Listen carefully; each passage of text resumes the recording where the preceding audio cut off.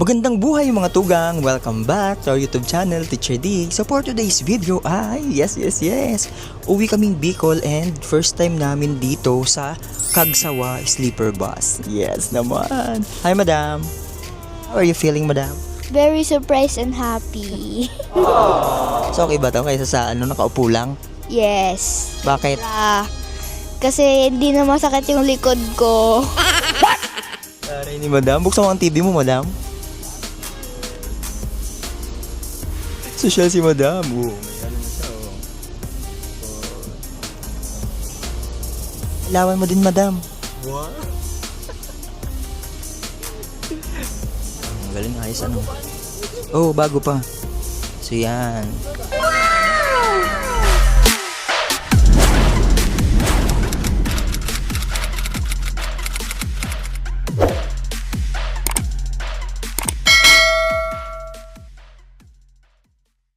Yes. Sumakay nga kami dito sa Parañaque Integrated Terminal Exchange o PITX. You heard it right.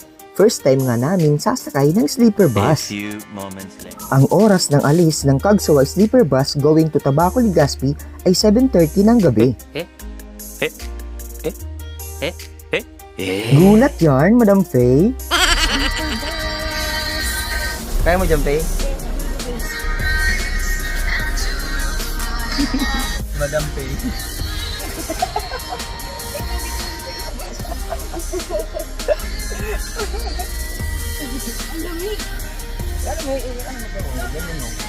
Kadulo.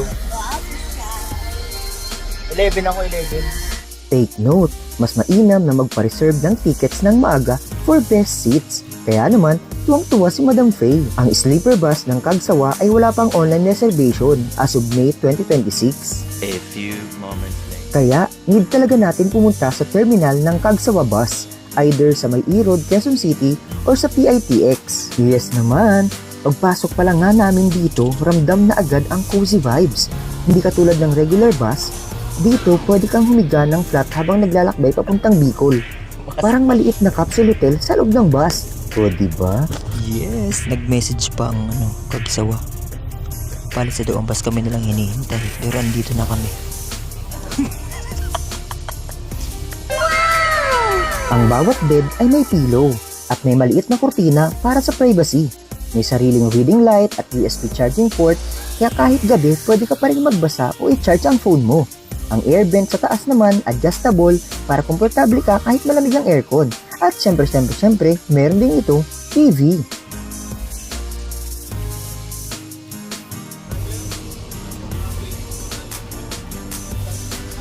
Papakilala ang mga driver tsaka yung kasama. Meron daw wifi, may password. At syempre meron ding seatbelt para safe tayo. Medyo mahina ng boses kasi may mga kapitbahay tayo dito. Yes. For safety, kailangan natin mag-seatbelt. Ito. Di ba? Ayun si Madam Pay. Oh, yes. Kaway Madam Pay. At syempre, mayroong lagayan ng cellphone. Syempre, may charging port. Ang galing, oh. Kita niyo yun? Oh, may charging port.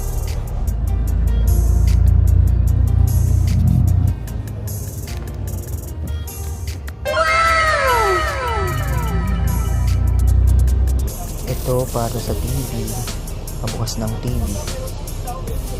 Yan. Ito naman ang pangalawa.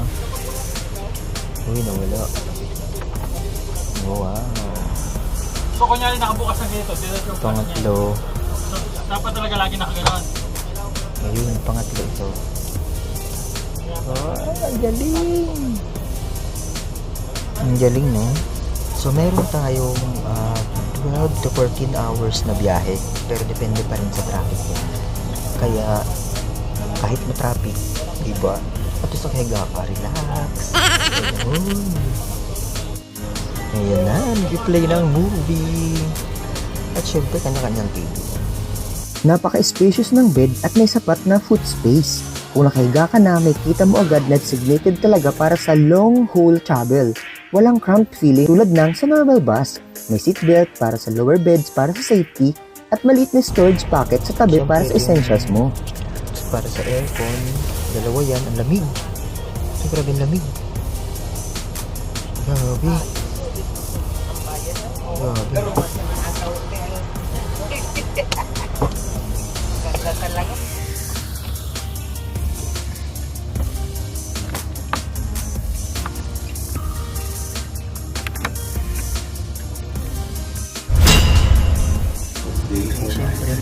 Tayo.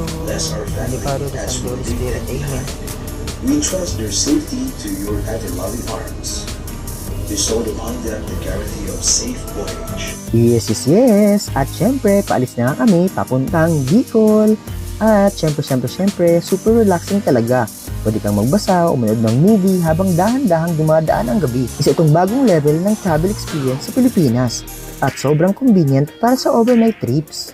Amazing! Of course, ito ay with toilet. So, ayun na nga. So, nakalabas na kami ng Pitex. Yan. So, hello, Bicol! At syempre, umuwi nga kami para sa graduation ng aming kapatid na si Makmak and Cherry to celebrate their achievements. Let's go!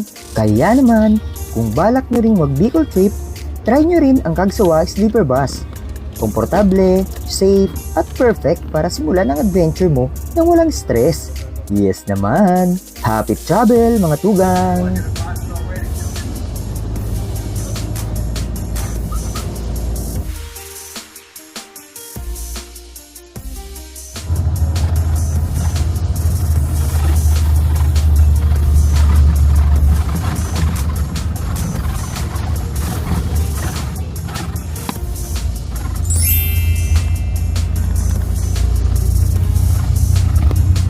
A few moments later. Yes! First stop over! Yes naman! Time check, 9:50. Kain tayo. Kaong? Kuha na muna. Ba't 2 hours lang nakuha na rin yung Saong Quezon. Nag-ano bypass road?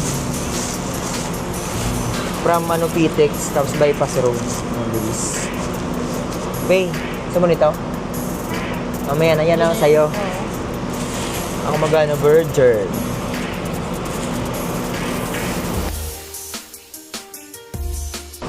Kain tayo. Pay, anong reaction mo na sleeper bus? Masaya, nakakagulat. Ba't ka nagulat? Kasi hindi ko naman alam na sleeper bus.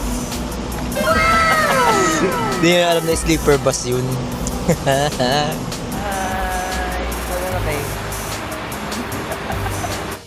few moments later. May sarili na ako kwarto. Apa, yes, meron na lang tayong 9 hours bago makarating ng Legazpi City. Yes. Bicol. Anong mas prefer mo na bus pa Bicol? Sleeper bus o natural bus? Sleeper bus kasi ang sleeper bus nare-rest ang likod ko. Ito room tour. Ayan may view. Mga tao. May TV. Button. Itong pangalawa, pinakamalakas na buto. Pinakamalakas na ilaw. Ito? Parang marinig. Yung ito naman, ito. Ito naman yung mahina lang. Ayan lang, dyan lang siya, Tapos itong window, pwede mo ibaba. Pag ayaw mo, kaya itaas mo.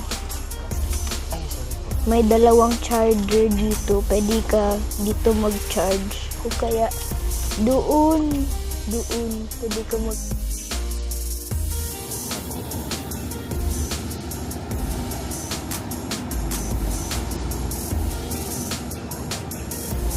Kape. Good morning. Hello. Magandang buhay mga tugang. Yes. So, time check tayo. So, ready for 22 ng umaga. So, ito ang ating second stopover. magandang sleeper bus kasi nakaka-relax yung paa, hindi sakit sa likod, diba? So, panalo. So, ayan. So, bali, 3 hours na lang, nasa Legazpi na tayo. Kaya tulog ulit. Good night. 3 hours later.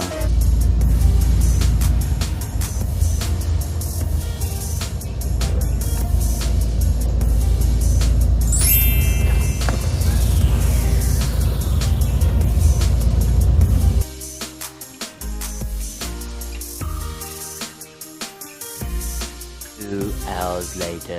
After nga 15 hours na biyahe ay andito na kami sa Sorsogon City.